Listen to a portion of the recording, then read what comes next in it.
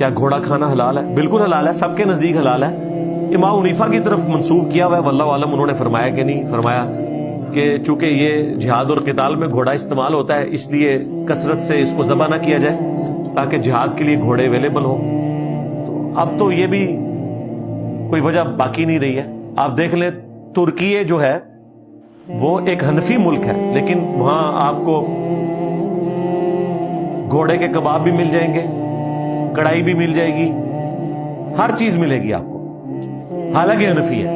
یہاں پہ بھی حنفی کتابوں کی حد تک اور پوچھنے پہ مان لیتے ہیں کہ گھوڑا جو ہے وہ حلال ہے، چونکہ بابا جی نے مکروہ ہونے کا فتویٰ دیا تھا، اب بابا بھی بچانا ہے انہوں نے اور مسئلہ بھی صحیح بیان کرنا ہے، اس لیے ان کو ایک